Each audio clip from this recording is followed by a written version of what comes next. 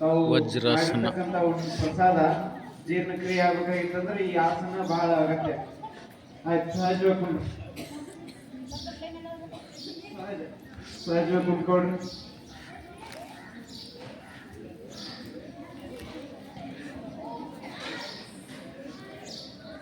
ಎಡಗೈ ಮೇಲೆ ಬಂದು ಈ ರೀತಿ ಚಿನ್ಮಯ ಮುದ್ರೆ ಇಲ್ಲಿ ನೋಡ್ರಿ.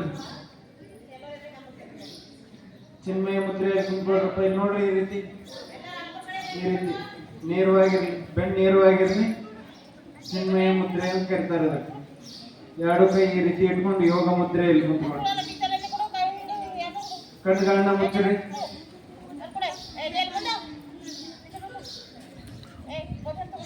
ಬೆನ್ನು ನೇರವಾಗಿ ಈ ರೀತಿ ಚಿನ್ಮಯ ಮುದ್ರೆ. ಬೆನ್ನು ನೇರವಾಗಿರ್ಲಿ. ತಮ್ಮ ಮನಸ್ಸಿನಲ್ಲಿ ಅಂತರಾವಲೋಕನ ಮಾಡಿಕೊಳ್ರಿ. ಉಸಿರಾಟದ ಕ್ರಿಯೆ ಕಡೆ ಗಮನ ಇರಲಿ. ದೇಹ ಮತ್ತು ಮನಸ್ಸಿಗೆ ಸಂಬಂಧ ಕಲ್ಪಿಸೋದು ಯಾವುದಂದ್ರೆ ಉಸಿರಾಟ ಕ್ರಿಯೆ. ದೀರ್ಘವಾದಂತ ಉಸಿರು, ಲಾಂಗ್ ಬ್ರೀದಿಂಗ್, ಆಳವಾದಂತ ಉಸಿರು, ಒಳಗೆ ನಿಧಾನಗತಿಯಲ್ಲಿ ದೀರ್ಘವಾದಂತ ಉಸಿರಾಟ ಕ್ರಿಯೆ ಮಾಡೋದ್ರಿಂದ ನೆನಪಿನ ಶಕ್ತಿ ಹಾಗೆ ಶ್ವಾಸಕೋಶ ಸಂಬಂಧ ಯಾವುದೇ ತೊಂದರೆಗಳಿದ್ರೂ ನಿವಾರಣೆ ಆಕವು. ಮೊದಲು ತಮ್ಮ ಮೆದುಳಿಗೆ, ತಲೆಗೆ ವಿಶ್ರಾಂತಿಯನ್ನು ಕೊಡಿ. ಕಣ್ಣುಗಳಿಗೆ ವಿಶ್ರಾಂತಿಯನ್ನು ಕೊಡಿ. ಮೂಗು, ಬಾಯಿ, ಕಿವಿಗಳಿಗೆ ವಿಶ್ರಾಂತಿಯನ್ನು ಕೊಡಿ. ಅಂತರಾವಲೋಕನ ಮಾಡಿಕೊಳ್ತಾ ಕುತ್ತಿಗೆಯನ್ನು ಗಮನಿಸಿ. ಭುಜ, ಹೃದಯ ಭಾಗ, ಎಷ್ಟೋ ವರ್ಷಗಳ ಕಾಲ ನೀವು ಬದುಕಿರುವವರೆಗೆ ಹೃದಯ ನಿಮಗಾಗಿ ಬಡ್ಕೊಂತೈತಿ. ಆ ಹೃದಯಕ್ಕೆ ಏನಂದರೆ ನಿಶ್ಚಿಂತ, ಸದಾ ಆನಂದವಾಗಿದ್ದೀನಿ ಅನ್ನುವಂತಹ ಭಾವನೆಯನ್ನು ಹುಟ್ಟಿಸಬೇಕು. ಒತ್ತಡವನ್ನು ನಿವಾರಣೆ ಮಾಡ್ಕೊಂಡು ವಿಶ್ರಾಂತ ಸ್ಥಿತಿ, ರಿಲೀಫ್ ಮೈಂಡ್, ಸ್ವಚ್ಛ ಹೃದಯ. ಹಾಗೆ ಕೈಗಳಿಗೆ ವಿಶ್ರಾಂತಿಯನ್ನು ಕೊಡಿ. ಕಾಲುಗಳಿಗೆ ದೀರ್ಘವಾದಂಥ ಉಸಿರನ್ನ ಎಳ್ಕೊಳ್ತಾ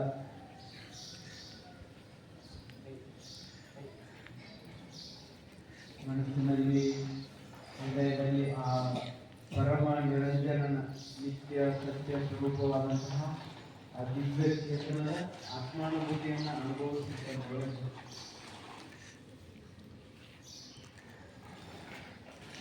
ಹೃದಯ ಶುದ್ಧ ಜ್ಞಾನ ಜ್ಯೋತಿ ಅದೇನೈತಂದ್ರೆ ತಮ್ಮ ಹೃದಯದೊಳಗೆ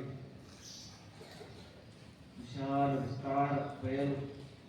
ಇಷ್ಟು ಬಯಲು ಅಂದ್ರೆ ಈ ಬ್ರಹ್ಮಾಂಡವನ್ನೆಲ್ಲ ತನ್ನೊಳಗೆ ತುಂಬಿಕೊಳ್ಳುವಂತಹ ಮಹಾಬಯಲು. ಅದನ್ನು ತಮ್ಮೊಳಗೆ ಅನುಭವಿಸಿ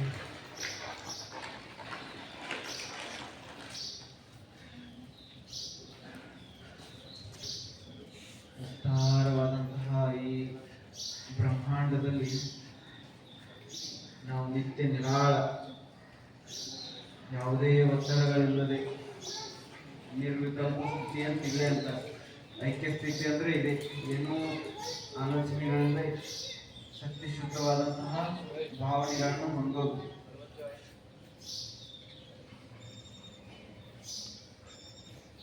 ನೇರವಾಗಿ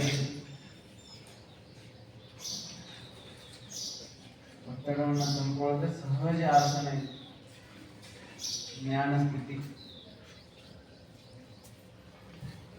ಯೋಗ ಅಂದ್ರೆ ಕೂಡುವುದು, ಪರಮಾತ್ಮನಲ್ಲಿ ಕೂಡುವುದೇ ಯೋಗ.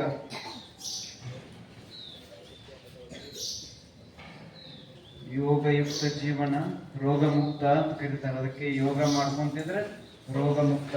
ಜ್ಞಾನ ಮಾಡೋದ್ರಿಂದ ಬಹಳಷ್ಟು ಕಾಯಿಲೆಗಳ ನಿವಾರಣೆ ಆಗ್ಯಾವ. ಯಾರು ಯೋಗ ಮಾಡ್ತಾರಲ್ಲ ಅವ್ರ ರೋಗದಿಂದ ಮುಕ್ತ ಸ್ಥಿತಿ. ಅದಕ್ಕಾಗಿ ಯೋಗ ಮಾಡ್ರಿ. ವಿಶ್ವ ಯೋಗ ದಿನ ಇವತ್ತು. ಈಗ ಕೈಗಳನ್ನು ಉದ್ದುತ್ತಾ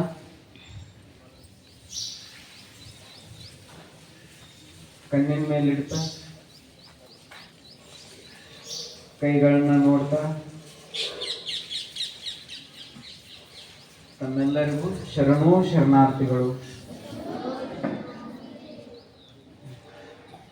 ಬೆಣ್ಣೆ ನೇರವಾಗಿ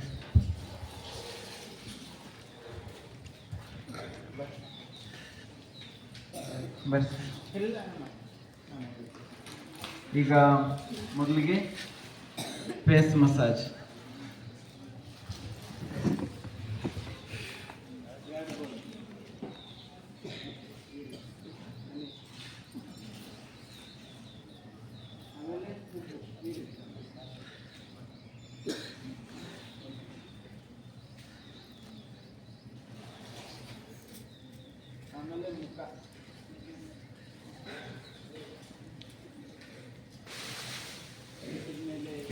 ಮುಖದ ಮೇಲೆ ಇರ್ತಕ್ಕಂತಹ ಯಾವುದೇ ಚರ್ಮ ತೊಂದರೆಗಳಾಗಿರ್ಬೋದು, ಮುಖದ ಸ್ನಾಯುಗಳು ಆಕ್ಟಿವ್ ಆಗ್ತವೆ ಈ ಆಸನ ಮಾಡೋದ್ರಿಂದ. ಹಾಗೆ ಮುಂದೆ ಸಾಕು ನಿಂತ್ಕೊಳ್ರಿ. ಈಗ ಬರ್ರಿ ಬನ್ನಿ.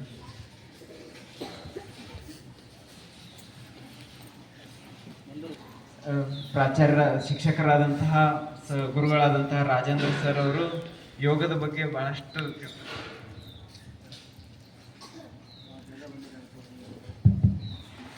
ಓಂ ಶ್ರೀ ಗುರು ಬಸವಲಿಂಗಾಯ ನಮಃ.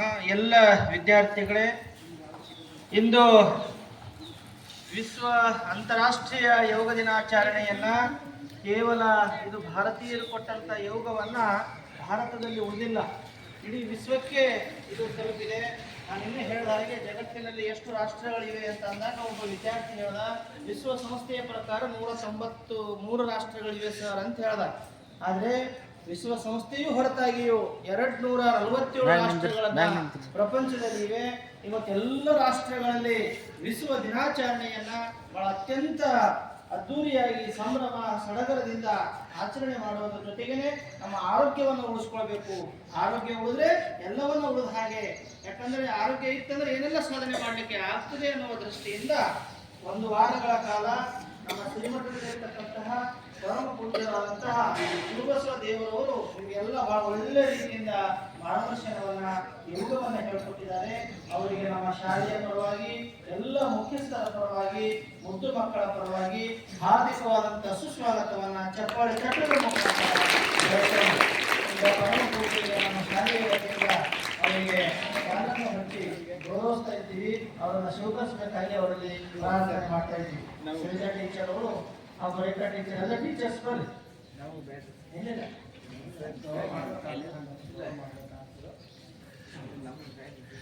ಈಗ ನೀವು ಮಕ್ಕಳದ್ದು ಗುರು ಆಗಿರ್ರಿ. ಈಗ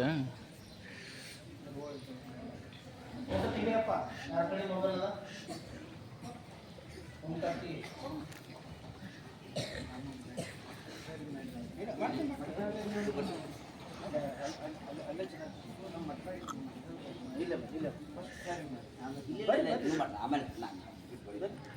ನಾವು ಮಾಡ್ತೀವಿ ಸರಿ, ಮಾಡ್ತೀವಿ ಸರ್, ಬರ್ರಿ.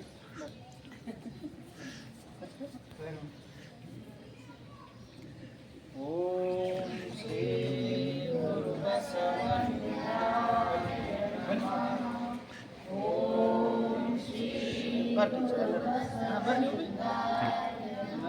ಬರ್ರಿ ಜೋರಾಗಿ ಸುಂದರ್ ಕ್ಲಾಪ್ಸ್ ಗೋ.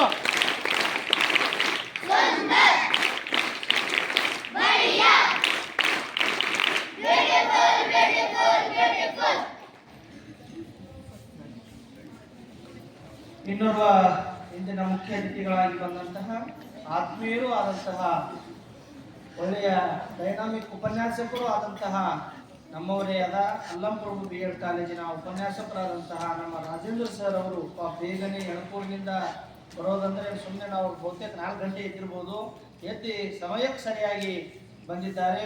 ಅವರಿಗೆ ನಮ್ಮ ಶಾಲೆಯ ವತಿಯಿಂದ, ಶ್ರೀಮಠದ ವತಿಯಿಂದ, ಎಲ್ಲ ಮುಖ್ಯ ವಿದ್ಯಾರ್ಥಿಗಳ ವತಿಯಿಂದ ಪರಮ ಪೂಜ್ಯರು ಹೇಳ್ತಾ ಇದ್ರು, ಇಲ್ಲ ನನಗಿಂತ ಚೆನ್ನಾಗಿ ಮಾಡಿಸ್ತಾರೆ ಸರ್ ಅವರು, ನಮ್ಮ ಆಸೆಯವರಿಗೆ ಕರ್ಸೋದಂತ ಅಪ್ಪವ್ರಿಗೆ ಹೇಳಿ ಅಪ್ಪವ್ರಿಗೆ ದೂರವಾಣಿ ಮಾಡಿಸಿ ಅವ್ರಿಗೆ ಬಂದಿದ್ದಾರೆ.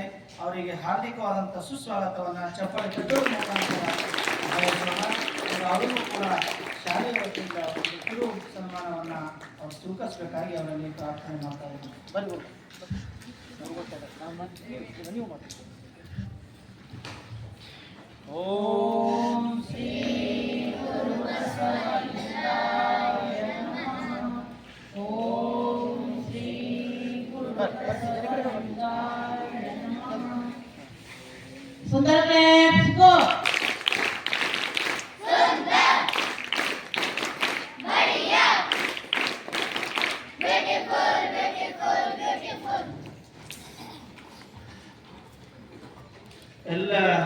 ವಿದ್ಯಾರ್ಥಿಗಳೇ, ಈಗ ಮುಂದಿನ ಕಾರ್ಯಕ್ರಮವನ್ನ ನಮ್ಮ ರಾಜೇಂದ್ರ ಸರ್ ಅವರು ಅದನ್ನು ಮುಂದುವರಿಸ್ತಾರೆ.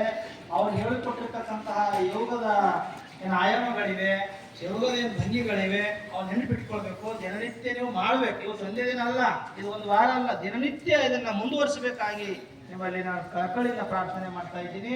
ಈಗ ಅದನ್ನು ನಮ್ಮ ರಾಜೇಂದ್ರ ಸರ್ ಅವರು ಉಪನ್ಯಾಸಕರಾದಂತಹ BEd ಕಾಲೇಜಿನ ಉಪನ್ಯಾಸಕರಾದಂತಹ ನಮ್ಮ ರಾಜೇಂದ್ರ ಸರ್ ಅವರು ಅದನ್ನು ಮುಂದುವರಿಸಬೇಕಾಗಿ ಅವರಲ್ಲಿ ಪ್ರಾರ್ಥನೆ ಮಾಡ್ತಾ ಇದ್ದೀನಿ.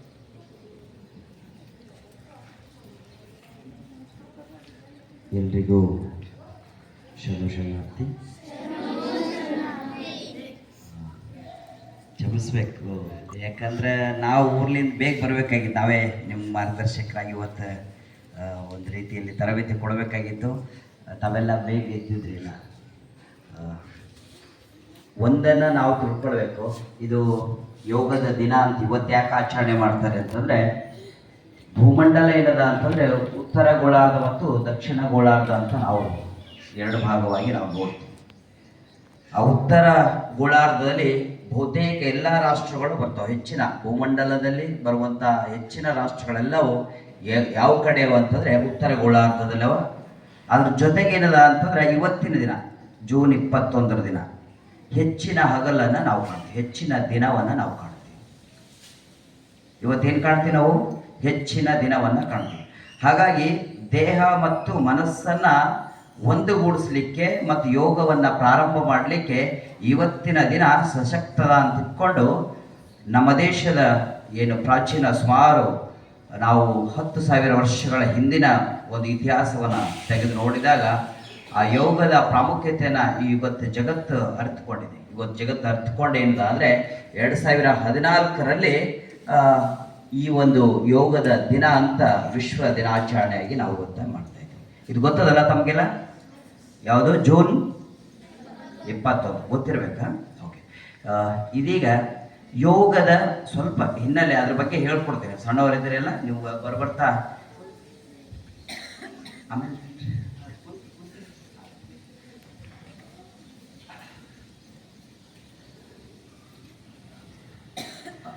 ಈ ಯೋಗ ಯಾವಾಗ ಹುಟ್ಕೋತು ಅಂತಂದ್ರೆ, ನಾವು ರಾಮಾಯಣ ಮಹಾಭಾರತ ಕೇಳಿದ್ರಲ್ಲ ತಾವೆಲ್ಲ.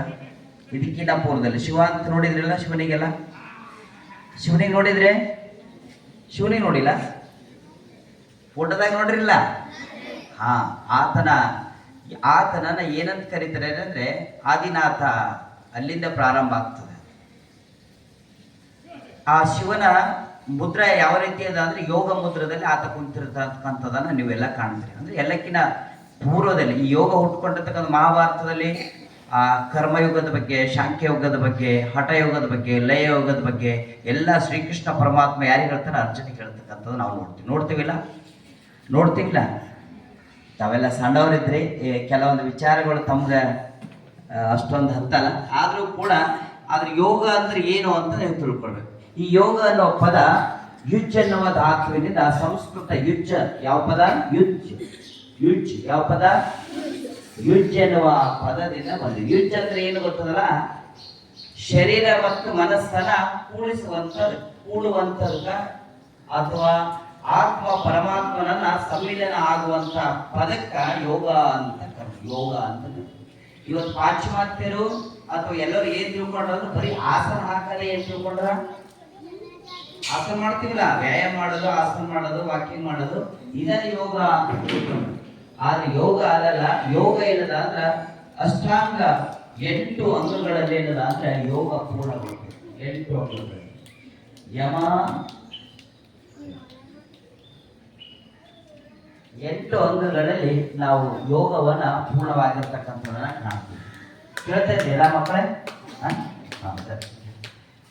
ಯಮ, ನಿಯಮ, ಆಸನ, ಪ್ರಾಣಾಯಾಮ, ಪ್ರತ್ಯಾಹಾರ, ಧಾರಣ, ಧ್ಯಾನ, ಮೋಕ್ಷ, ಸಮಾಧಿ, ಈ 8 ಪ್ರಕಾರದ ಅಷ್ಟಾಂಗ ಯೋಗದಲ್ಲಿ ಪರಿಪೂರ್ಣ ಬರ್ತದೆ. ಇದನ್ನ ಪಾತಂಜಲ ಮಹರ್ಷಿ 195 ಇಲ್ಲಿ ನೋಡ್ರಿ. ಈಗ ನೀವೇನ್ ಆ ಕಡೆ ನೋಡ್ತಾ ಇದ್ರಲ್ಲ ಒಳಗಿರುವಂತು.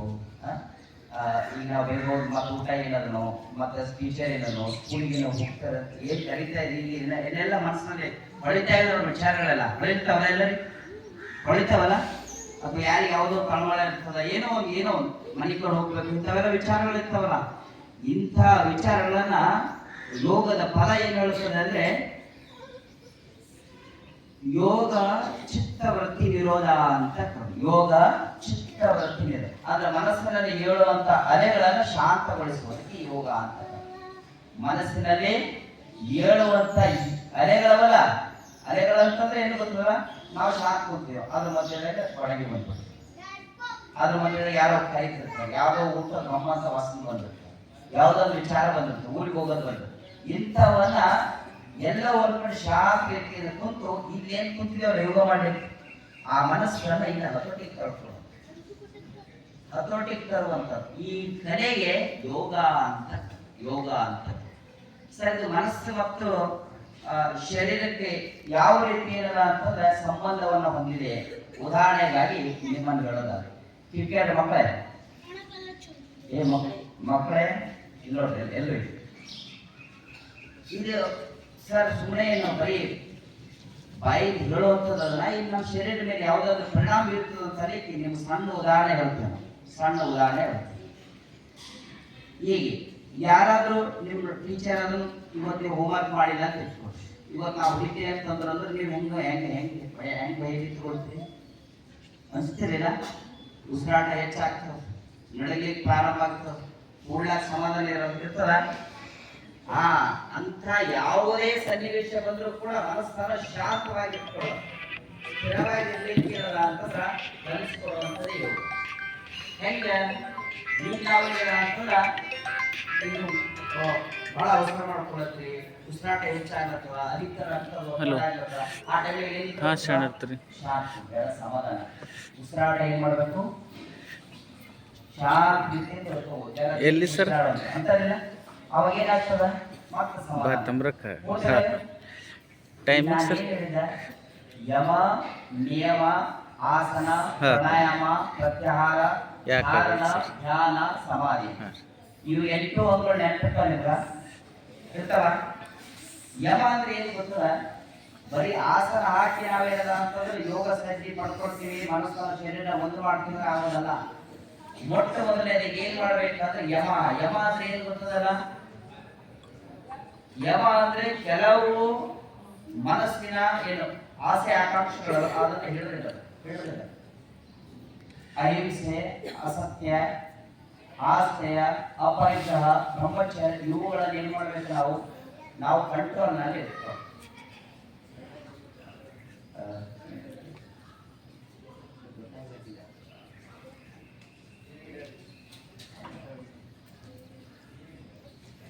ಇದೀಗ ನಾವು ಇವತ್ತಿನ ಯೋಗ ದಿನದಲ್ಲಿ ಇವತ್ತು ಕೆಲವೊಂದು ಸರಳ ಆಸನಗಳು, ಈ ಆಸನ ಮಾಡೋದ್ರಿಂದ ಏನಾಗಬೇಕು? ನಮ್ಮ ಹೊಟ್ಟೆ ತಳ ಮಾಡಬೇಕು, ಹೋಗ್ಬೇಕಾಗಿಲ್ಲ ಚಕ್ರವರ್ತಿ ಪದೇ ತಳ ಮಾಡಬೇಕು, ಹೋಗ್ಬೇಕಾಗಿಲ್ಲ. ಈಗ ಏನ್ ಮಾಡಿದ್ರೆ ಹಂಗಾಗ್ತದೆ. ಮತ್ತೆ ಎಲ್ಲರಿಗಿಂತ ಶಾಣೆ ಆಗ್ಬೇಕಲ್ಲ, ನನ್ನ ದೋಸ್ತಿನ ನಾ ಶಾಣೆ ಆಗ್ಬೇಕು, ಪಟ್ಟಂತ ಲೆಕ್ಕ ಹೇಳಿ ನಾನು ತಿಳಿಬೇಕು. ಇಂಥದ್ದೆಲ್ಲ ತಿಳಿಬೇಕಾದ್ರೆ ಏನ್ ಮಾಡ್ಬೇಕು ಅಂತ ನಾವು ಒಂದೊಂದ್ಸಲಿ ವಿಚಾರ ಮಾಡ್ತೀವಿಲ್ಲ. ಈ ಯೋಗಾಸನ, ಕೆಲವೊಂದು ಯೋಗಗಳ ಆಸನಗಳು ಮಾಡೋದ್ರಿಂದ ಅದು ನಮ್ಮ ಕಾರ್ಯ ತಗೊಳ್ತೀವಿ. ಇವತ್ತು ಮಾಡೋಣ, ಆ ಯೋಗಾಸನ ಮಾಡೋದು ಇವತ್ತ ಎಲ್ಲರೂ ಎದ್ದು ನಿಂತ್ಕೊಳ್ಳಿ, ಎದ್ದು ನಿಂತ್ಕೊಂಡು ಯೋಗಾಸನ ಮಾಡೋಕ್ಕಿಂತ ಪೂರ್ವದಲ್ಲಿ ನಿತ್ಯ ಕರ್ಮಗಳನ್ನು ಮಾಡುವುದು. ಅದೇ ಹೊಟ್ಟೆಯಲ್ಲಿ ಯೋಗಾಸನ ಮಾಡೋದು. ಯಾವಾಗ ಸುಲಿತ ಹೊಟ್ಟೆಯಲ್ಲಿ ಊಟ ಮಾಡ್ಕೊಂಡು ಯೋಗಾಸನ ಮಾಡಲಿಕ್ಕೆ ಕೊಡುವ 1-2 ದಿನದಲ್ಲಿ ಹೋಗಿ ಬಂದು ಕುಳಿತ.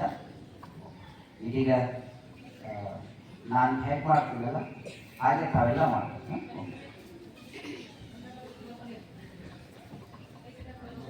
ಸ್ವಲ್ಪ ಅರ್ಥ ಆಗಲ್ಲ, ನಾವು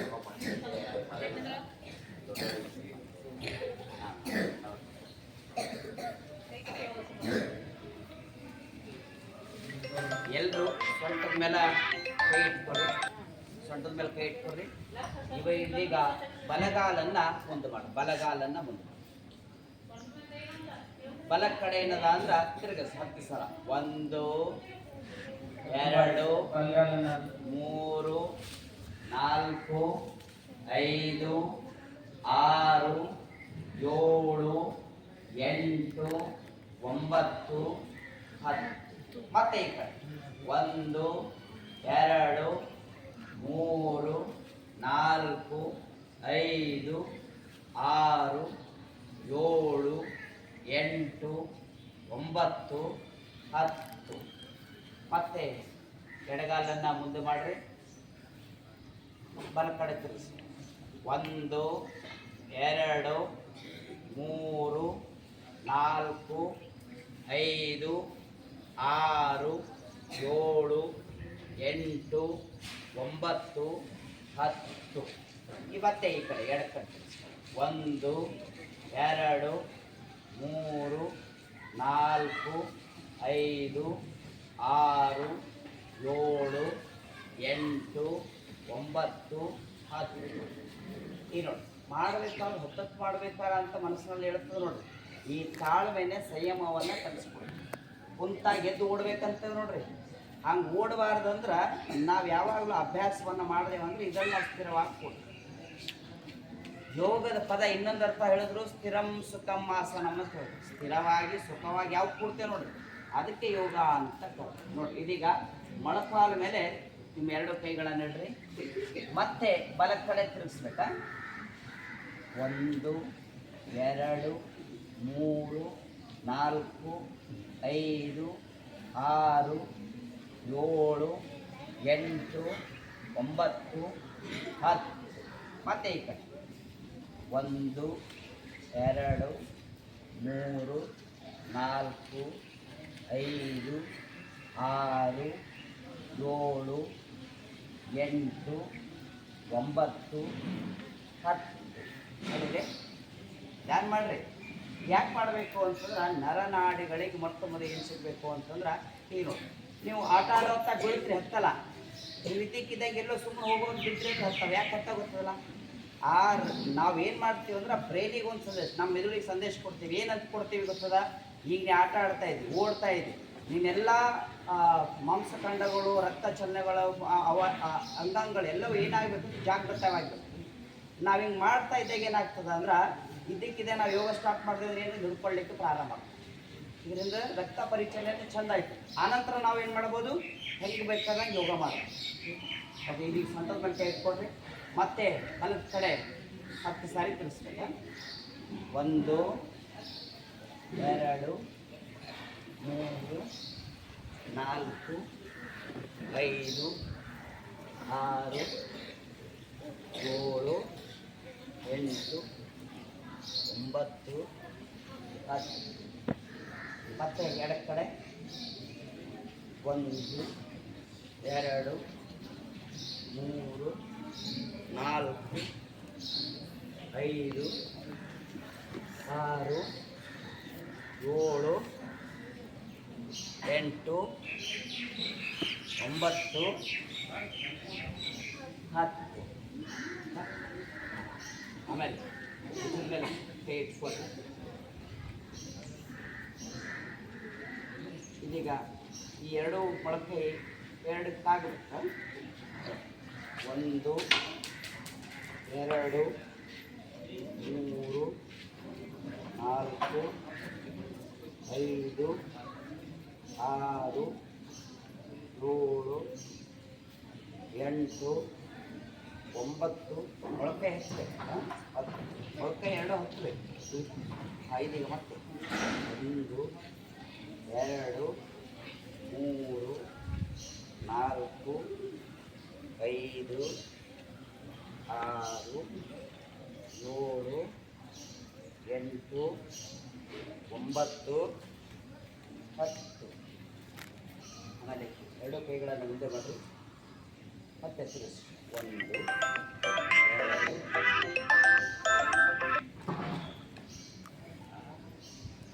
ಹಿಂಗೆ. ಹಾಂ ಹಾಂ ಆಯ್ತು. ಮತ್ತೆ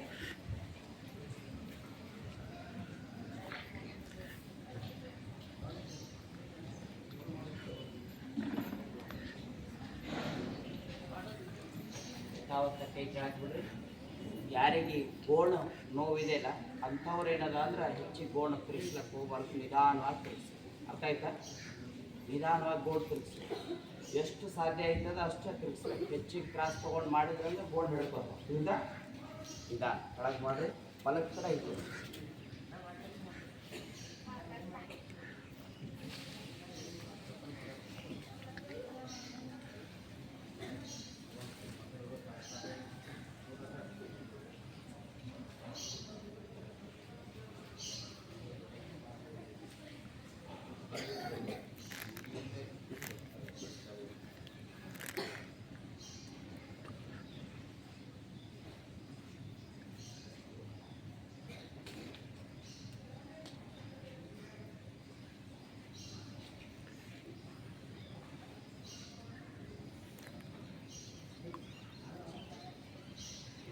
ಮತ್ತೆ ಎಡಕ್ಕೆ ತಿರುಗಿಸಿ.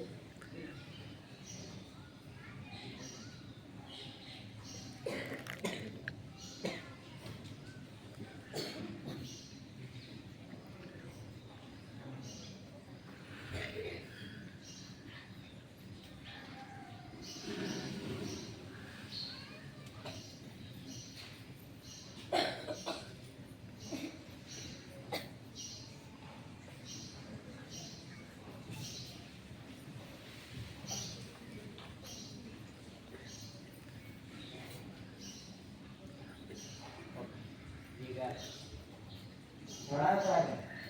ಯಾವಾಗಲೂ ನಮಗೇನು ಬರಬೇಕು? ಸಂಯಮ ಅನ್ನೋದು, ತಾಳ್ಮೆ ಅನ್ನೋದು. ಈ ತಾಳ್ಮೆನೆ ಕಲಿಸ್ಕೊಳ್ಳೋದೇ ಯೋಗ. ಮನಸ್ಸು ದೇಹನ ಒಂದು ಮಾಡುವಂಥದ್ದೇ ಯೋಗ. ನಮ್ಮನ್ನ ನಾಗರಿಕನಾಗಿ ಮಾಡುವಂಥದ್ದೇ ಯೋಗ. ನಮ್ಮ ಜೀವನ ಹೊಸಗೊಳಿಸುವಂಥದ್ದೇ ಯೋಗ. ನಮ್ಮ ಜೀವನವನ್ನು ಉತ್ಕೃಷ್ಟಗೊಳಿಸುವಂಥದ್ದೇ ಯೋಗ. ತಿಳಿಲತ್ತದ ನಮ್ಮನ್ನು ಶಾಣೆಯಾಗಿ ಮಾಡ್ತದೆ. ನೀವು ಸಣ್ಣವರಿದ್ರಿ, ನಿಮ್ಗೆ ಕೆಲ ಪದಗಳನ್ನ ಅರ್ಥ ಆಗಲ್ಲ. ಆತ್ಮ ಪರಮಾತ್ಮ ಅಂದ್ರೆ ನಿಮಗೆಲ್ಲ ಅರ್ಥ ಆಗಲ್ಲ. ಬರ್ತಾ ಬರ್ತಾ ಅರ್ಥ ಆಗ್ತದೆ. ಒಂದನ ತಿಳ್ಕೊಳ್ಬೇಕು, ಅದೆಲ್ಲ ಆಗುತ್ತೆ. ನೀವು ಮಟ್ಟದಲ್ಲಿ ಕ್ಲಾಸಾಗಿ ಫಸ್ಟ್ ಬರ್ಬೇಕು, ಹೈಟ್ ಆಗ್ಬೇಕು, ಯಾವುದೇ ರೋಗ ಬರ್ಬಾರ್ದು, ಚಕ್ರ ಬರ್ಬಾರ್ದು. ಇದೆಲ್ಲ ಅನಿಸ್ತದಲ್ಲ ನಿಮ್ಗೆಲ್ಲ? ಅದೆಲ್ಲ ಅನಿಸ್ತು ಅಂತಂದ್ರೆ ನೀವು ನಿತ್ಯ ಯೋಗ ಮಾಡ್ತೀರಿ ಎಲ್ಲರೂ? ಓಕೆ. ಇದೀಗ ನಾವು ಸೂರ್ಯ ನಮಸ್ಕಾರ ಮಾಡೋಣ. ಸೂರ್ಯ ನಮಸ್ಕಾರ ಮಾಡೋಣ. ಈ ಸೂರ್ಯ ನಮಸ್ಕಾರ, ಸೂರ್ಯನ 12 ಹೆಸರುಗಳ ಮೇಲೆ ಸೂರ್ಯ ನಮಸ್ಕಾರಗಳನ್ನು ಹಾಕಲಾಗ. 12 ಹೆಸರುಗಳನ್ನು ಸೂರ್ಯನ. ಎಷ್ಟವ ಸೂರ್ಯನ ಹೆಸರುಗಳು? ನೀವು ಎಷ್ಟು ಹೇಳ್ತೀರಿ ಹೇಳಿ ನೋಡೋಣ. ಹೇಳ್ತೀರಿ? ಹೇಳ್ರಿ.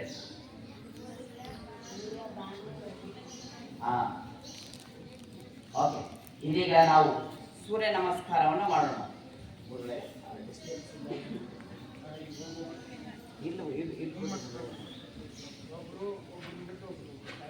ಇಲ್ಲ ಗುರುಗಳೇ, ಹಿಂಗೆ ಮಾಡ್ಯಾರ ಕ್ಲಾಸ್ ನಿಂತ್ಕೊಳ್ಳಿ.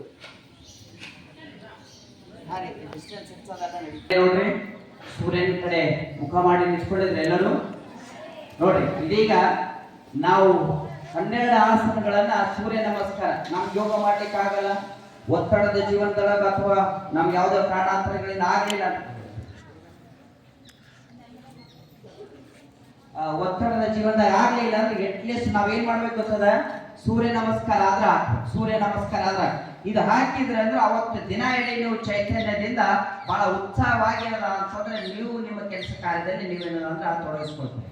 ಈಗ ಒಂದೊಂದಾಗಿ ಮಾಡೋಣ. ಮೊಟ್ಟ ಮೊದಲನೇದಾಗಿ ಒಂದೊಂದಕ್ಕೆ ಒಂದೊಂದು ಹೆಸರುಗಳವ. ಒಂದೊಂದಕ್ಕೆ ಏನವ? ಒಂದೊಂದು ಹೆಸರುಗಳವ. ಅವುಗಳನ್ನ ನಾನು ಹೇಳ್ತಾ ಹೋಗ್ತೀನಿ. ನೀವು ಅದ್ರಂಗೆ ಏನದ ಅಂದ್ರೆ ಕೈ ಜೋಡಿಸಿ, ನಾವ್ ಯಾವ ರೀತಿ ಕೈಗಳನ್ನು ಮಾಡ್ತೀನಿ, ದೇಹವನ್ನ ಭಾಗಿಸ್ತೀನಿ, ಅದರಂತೆ ನೀವೆಲ್ಲರೂ ಮಾಡ್ಬೇಕು. ಮಾಡ್ತಾರೆ? ಕಾಣಿಸ್ತಾ ಇದ್ದೀನಿ ನಾನು ಎಲ್ರಿಗೆ? ಓಕೆ.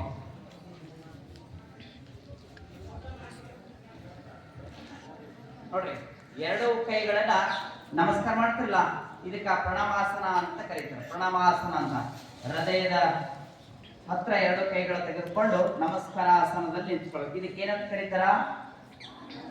ಪ್ರಣಾಮಾಸನ ಅಂತ ಕರೀತಾರೆ. ಮೊಟ್ಟ ಮೊದಲನೇ ಆಸನ ಇಲ್ಲಿಂದ ಪ್ರಾರಂಭ ಆಗ್ತದೆ ನೋಡ್ರಿ. ಎರಡನೇದು ಊರ್ಧ್ವ ಹಸ್ತಾಸನ. 2 ಕೈಗಳನ್ನ ಇಲ್ಲಿ ನೋಡಿ.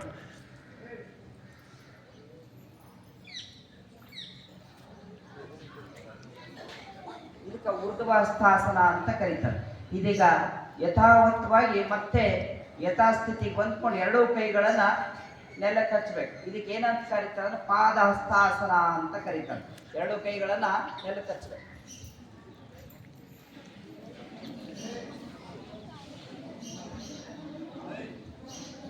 ಹಚ್ಚಿದ್ರೆ 2 ಕೈಗಳನ್ನ ಹಚ್ಚಿದ ನಂತರ ಇದೀಗ ಏಕ ಪಾದ ಹಸ್ತಾಸನ ಅಥವಾ ಅಶ್ವಸಂಚಲನಾಸನ ಅಂತ ಕರೀತಾರೆ. ಈಗ ನೋಡಿ, ಕೈಗಳನ್ನು ಸ್ವಲ್ಪ ಮುಂದೆ ನೋಡ. ಈ ಕೈ ಇಟ್ಟಿರಿ, ಯಥಾವತ್ತವಾಗಿ ಒಂದು ಕಾಲನ್ನ ಹಿಂದೆ ಮಾಡಬೇಕು, ಬಲಗಾಲನ್ನ ಹಿಂದೆ ಮಾಡಬೇಕು. ಕಾಣಿಸ್ತಾ ಇದ್ದೀನಿ ನಾನು? ಹಿಂಗೆ ಅಡ್ಡಿಟ್ಕೊಳ್ಳಿ.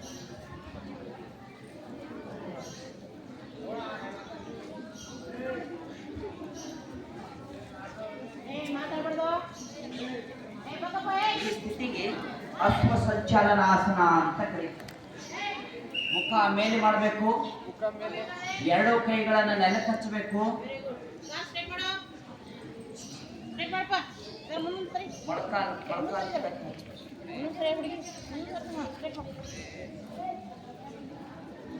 ಇದಾದ್ಮೇಲೆ ದಂಡಾಸನದಲ್ಲಿ ಬರ್ಬೇಕು. ಮತ್ತೆ ಮತ್ತೆ ಕಾಲನ್ನು ಎತ್ತಿ ಮಾಡ್ಬೇಕು. ಇನ್ನೊಂದು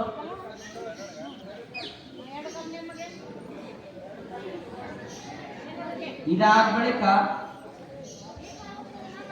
ಅಷ್ಟಾಂಗ. ಅಷ್ಟಾಂಗಾಸನ ನೋಡಿ, ಸಾಷ್ಟಾಂಗ.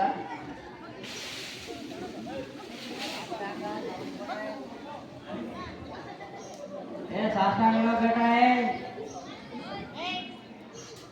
ಇದಾದ ನಂತರ ಭುಜಂಗಾಸನ.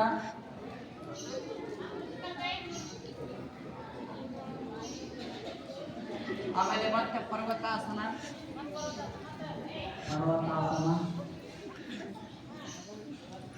ಮತ್ತೆ ಬಲಗಾಲನ್ನ ಮುಂದೆ, ಮತ್ತೆ ಸ್ವಸಂಚಲಾಸನ.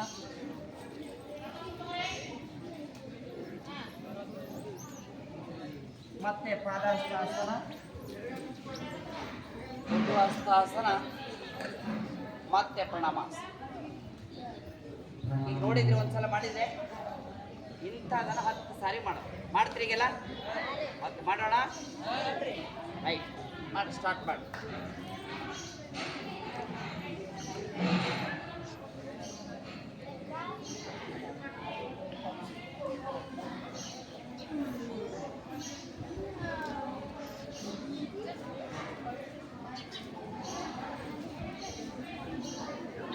ಏ ಬಾರಪ್ಪ ಅಂದ್ರೆ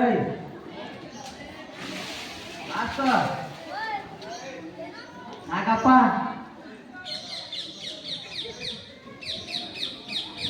ಸಾಷ್ಟಾಂಗಾಸನ.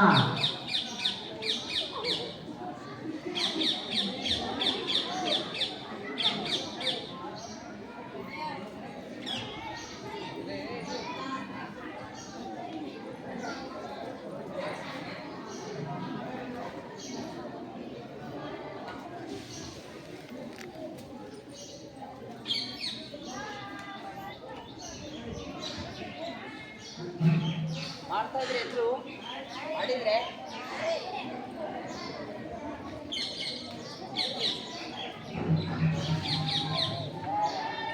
ಇನ್ನೂ ಮಾಡ್ತಾರೆ.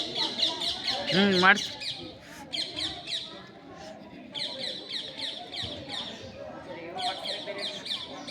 ಬೇರೆ ಬೇರೆ ಮಾಡ್ತಾರೆ. ಜಾಗ ಇಲ್ರಿ.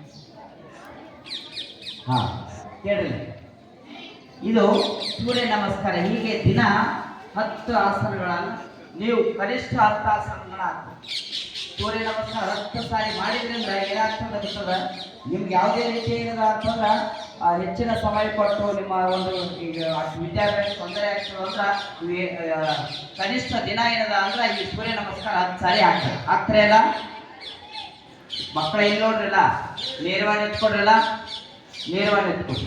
ಈ ಆಸನಗಳಲ್ಲಿ ಏನದ ಅಂದ್ರೆ ಕುಂತು ಮಾಡುವಂಥ ಆಸನಗಳು, ನಿಂತು ಮಾಡುವಂಥ ಆಸನಗಳು ಮತ್ತು ಮಲಗಿ ಮಾಡುವಂಥ ಆಸನಗಳು ಇರ್ತವೆ.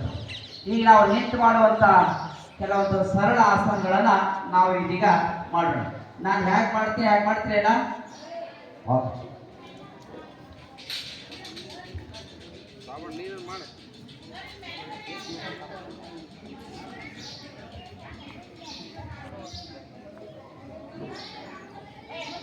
ಅಲ್ಲಿ ಹೊರಗಡೆ ಈ ಕಡೆ ನಿಂತ್ಕೊಂಡ್ರೆ ಕುಂತ ಕಡೆ ನಿಂತ ಕಡೆ ಮಾಡ್ತಾರೆ.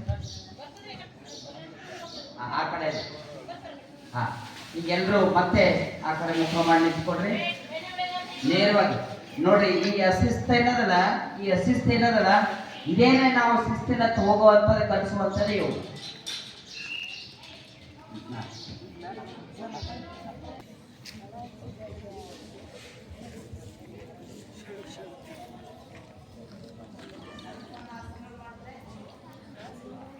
ಈಗ ಅರ್ಧ ಚಕ್ರಾಸನ ಮಾಡ್ತೇನೆ, ಅರ್ಧ ಕಟಿ ಆಸನ.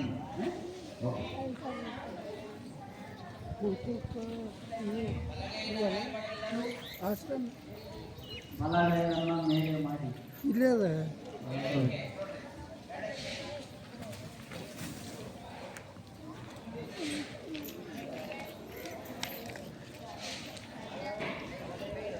ಮತ್ತೆ ಯಥಾವತ್ತವಾಗಿ ಯಾವುದೇ ಆಸನ ಮಾಡಲಿಕ್ಕೆ ಆಸನದಲ್ಲಿ ಏನಾದರೂ ನಾವು 30 ಸೆಕೆಂಡ್ನಿಂದ ಒಂದು ನಿಮಿಷದವರೆಗೆ ಏನದ ಆಸನದಲ್ಲಿ ನಿಂತ್ಕೊಳ್ಳೋದು.